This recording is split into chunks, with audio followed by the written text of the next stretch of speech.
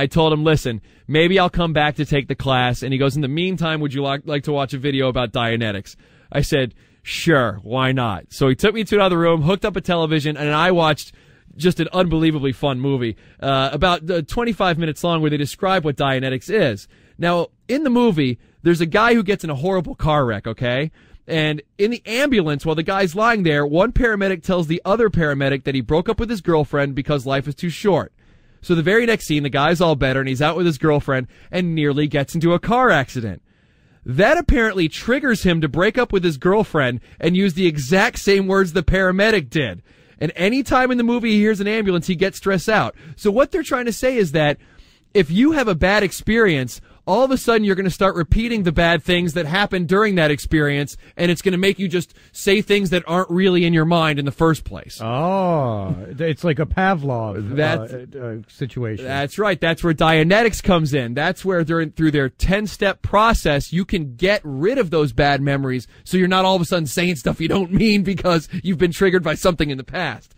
Now, there's 10 different steps, and I'm not going to bore you with them. Basically, you sit in a room and you talk to someone, and you basically go back to a memory that is not super painful to talk about, but just slightly painful.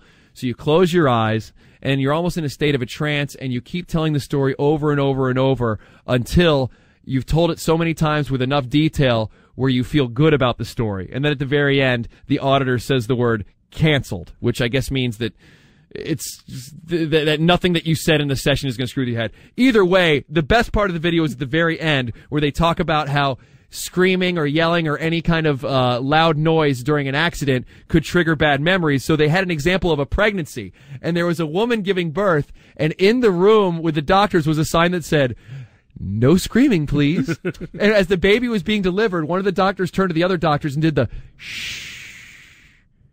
And then there was a scene where a kid fell off of his bike and screwed up his knee, and the dad came running over. When a crowd came running over, the dad turned to the crowd and went, shh.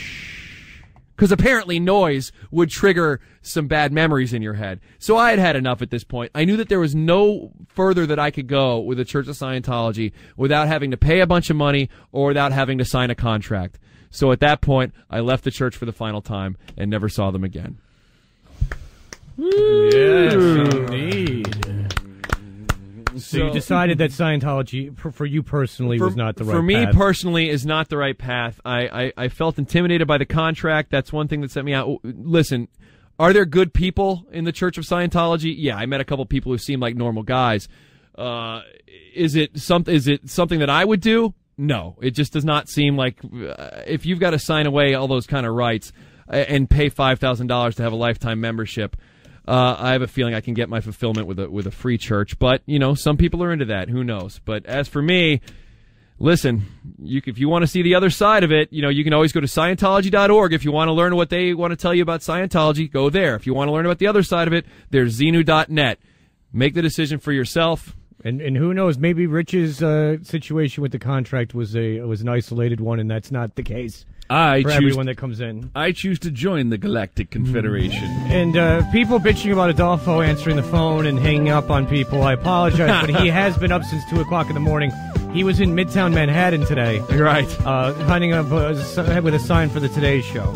Everyone has their sides on this issue, and we appreciate everyone for listening and supporting the Toucher and Rich Show, which is the only religion you need.